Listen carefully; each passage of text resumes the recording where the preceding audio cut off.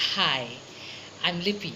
I'm a shamanic healer, and today I would like to speak to you about something that I see very commonly in my practice, and also I have seen in my own experience, and that is emotional wounds. Now, as a shamanic healer, I get a lot of people coming to me, I guess sometimes expecting some kind of miracle cure to their life problems, and usually these are people that are, they're very spiritual people. um, they they understand a lot about the mystic and the esoteric, but I have noticed that there is a tendency among even spiritual people to sometimes bypass or want to bypass their baser emotions or emotional energies. And this is what I would like to speak to you today. What happens when we do that? And what happens when we neglect or ignore our emotional wounds, and the kind of impact it has on our well being. Now, before we go further, I guess it's important to understand, well, what exactly is an emotional wound. So, an emotional wound is not very different from a physiological wound. And when I say it's not very different from a physiological wound, I mean simply this.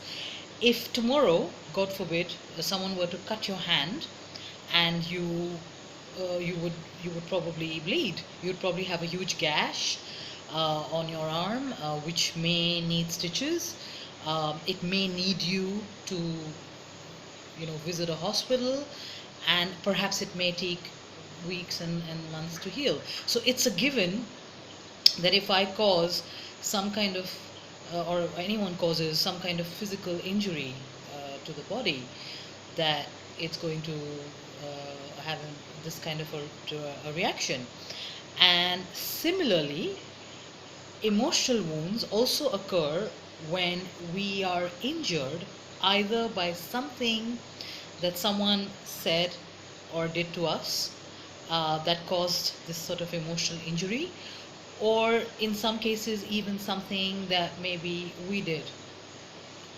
Okay, the difference, however, is that unlike a physiological wound, the emotional wounds don't bleed and they're not obvious.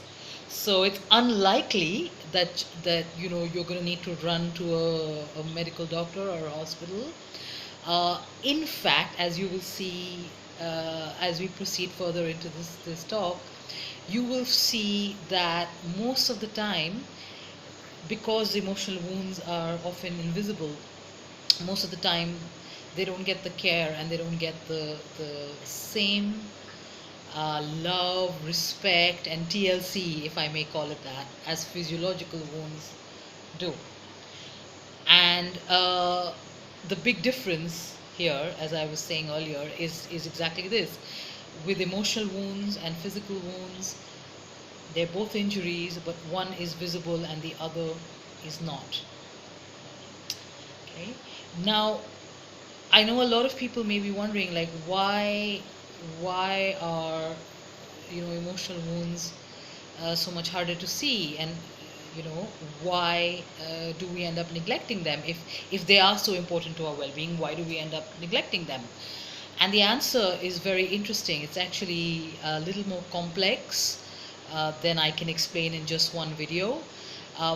But to begin with, it's very interesting that human beings, and this is my experience, both within myself and over the years with my practice and what I have seen with people, the social structure in most places in the world, and the social structure in general, is surprisingly very averse to something that's very, very common and very, very normal, and that is base human emotions. So, what ends up happening is that if you have, say, an event that makes you sad, something happens in your life and you're sad and you want to cry, or you want to um, express your grief over this sad event. Chances are, unless it's something really major, like unfortunately the death of a loved one, or you know the loss of a job, unless it's something that major, chances are you're not going to get much social support to grieve for that particular event. So let me give you an example of what I mean here. Um, this is a very, very common example, which I think many people would relate to, especially parents of kids, little kids. So it's an example of a little boy who is terrified on his first day of school. He's leaving home for the first time. He's going to be without mommy and daddy for a couple of hours, and he's in this strange place that looks totally alien to him. And his father has come to drop him off on the first day of school, and now is turning to leave. And this little boy starts crying and howling and holding on to daddy and saying, like, daddy, don't go, I don't want to be here, take me home. And he's got these big tears. And in many cases and in many societies, daddy may turn around and hold the child and smilingly look at him and say, come on, wipe those tears, boys don't cry, you're going to be fine, you're a man, come on, you're going to be okay. Yeah? And there and then the child, and this is not something that's often done intentionally, but there and then the child's emotions are invalidated. And what happens to emotions when they're invalidated is that they don't disappear. It's not like you invalidate an emotion and then it just says, oh, okay then, well, I won't cry. The action of crying may stop, but the actual emotion freezes, and it's usually frozen in shame. And it's frozen in shame because the word emotion is very interesting, because somebody once said to me that it means energy in motion. And it really makes a lot of sense, because it really is that. Emotion is energy in motion. And when you invalidate a child's emotions, the emotional energy that is moving, that needs to go somewhere and needs to really be processed, to be released, actually freezes. It stops. Okay, so the energy sort of pulls around and gathers around and gets stuck there. Right? And while you may have an outer expression of emotion that may be stopped for that moment, you will also have a child who ends up with an emotional wound in his psyche due to that frozen energy, due to that frozen emotion. Now, if this happens on a regular basis, if the child is regularly invalidated, or even as an adult, if you're very emotional or you are just normal emotional, and you are invalidated every time you're trying to express your grief or your anger or your fear. If people say, oh, come on, it's nothing, there's nothing to be scared about, what are you scared about? Or, why are you so sad? Come on, let's go get a drink, man up, chin up. Or, you're stronger than that, be strong, don't cry. If you hear these kind of things very, very often, chances are you're going to end up with a whole bunch of emotional wounds in your psyche. And basically, they would be invisible. You wouldn't have any idea, even after a couple of years, that they were there. But as we will see later in this video, they will create havoc in your life if you don't attend to them. Now, what I have observed, what I have noticed, is that for a lot of people who have been invalidated emotionally for several years, they tend to have a huge collection of emotional wounds from a long time, and they're very scared to look at these wounds. So when they come to me, to me as a shamanic practitioner, expecting that, wow, maybe I can sort of wave a magic wand around. We do use wands sometimes, but they don't work the way people think they work. And so, I can't magically solve people's life problems. I can't solve anyone's life problems, for that matter. People solve their own problems. We are just facilitators. what ends up happening there is that very often when I tell them that, okay, I see that you have a lot of energy blockage, and I see that you have a certain amount of emotional wounding, and I will work with you to release that. And I see that for a lot of people, that's very, very frightening. It's very, very scary. And I understand why, of course. I understand why, because they have been so invalidated all their life. They are literally frightened of their emotions. They're literally scared to be scared. They're literally frightened of their anger. They're literally frightened of their grief. So the thought of going into their base emotions is something that's very averse for a lot of people. And if they don't take the time and the space to go into these emotions and release that frozen energy, release that energy that was supposed to go somewhere and be processed and move, and not release that energy, then usually it becomes very difficult for them to make I'm not going to say that they don't make progress without it, because that's not really true either. But what ends up happening is that invisible wounds will always attract you to situations to get attention to themselves, because that energy is there and it's trying to get you to look at it and say, listen, I'm here, man. Do something with me, do let me go, release me and validate me and listen to me. So it's not like, I don't like to make comments about if you don't do this, your life won't be this way, and if you don't do XYZ, or only if you do ABC will you have success, because I don't really believe in one size fits all formula. But in my experience, more and more, and I have seen this again and again, is that if you don't release the pent up energy, these wounds, if you run away from these wounds, then it usually has pretty detrimental effects. Either you will have a problem health wise, because the wounds that have festered inside, the emotional wounds that have festered inside, may in some cases, and they often do, cause physical ailments.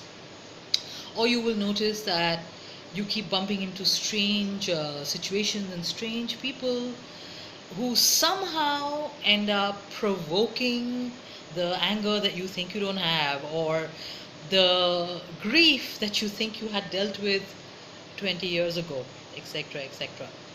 So, in my opinion, from my experience, I think it's very, very important to clean up those emotional wounds before we can move forward. And when you clean them up, when you take the trouble to clean them up, you will find that your path is more expansive. It's lighter, it's easier, because you have all the pent up energy that you need to move forward.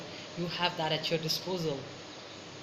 Okay, so then why don't more people do that? Why don't more people um,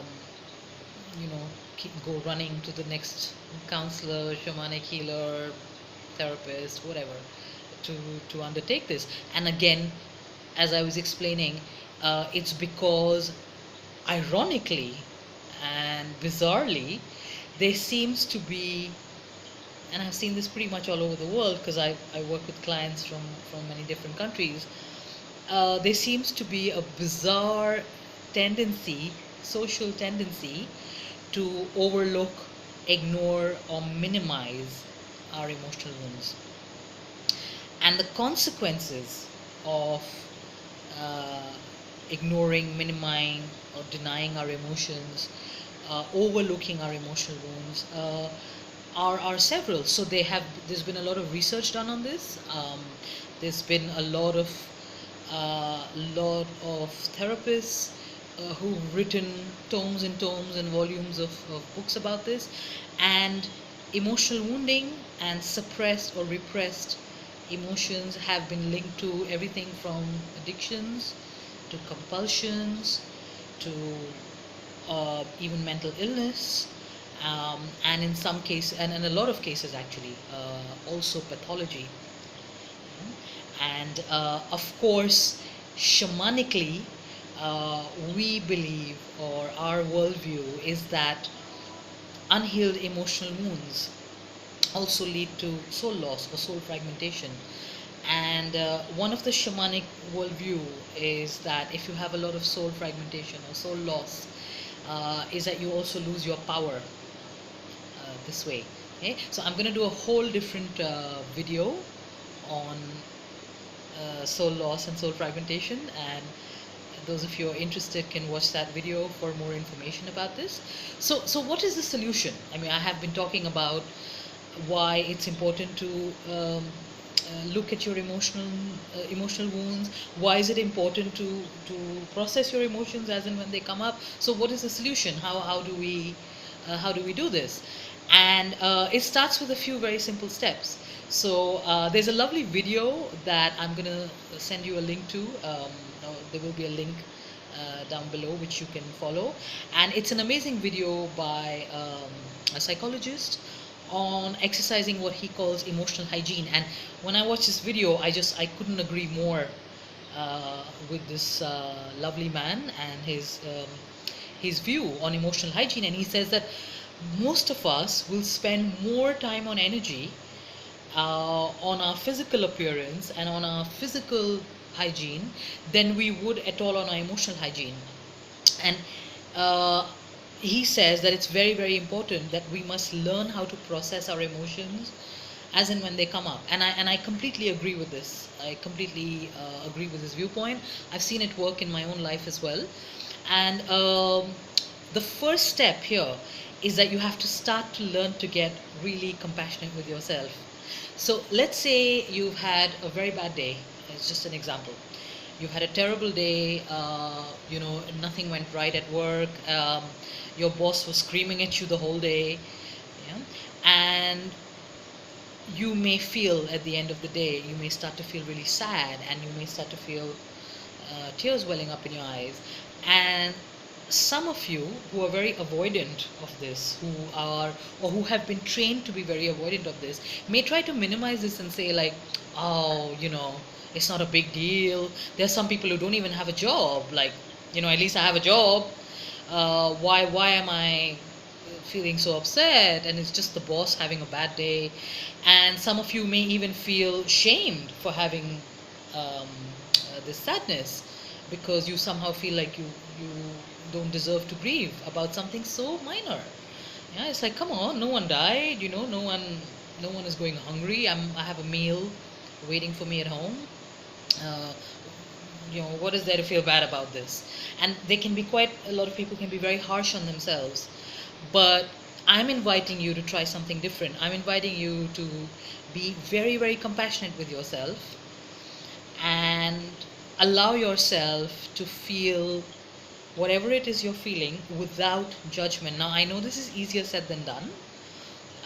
There's another, I love to read. I'm a very, very voracious reader, and I love to educate myself about things that I haven't knowing about, but I like to validate myself by reading about them.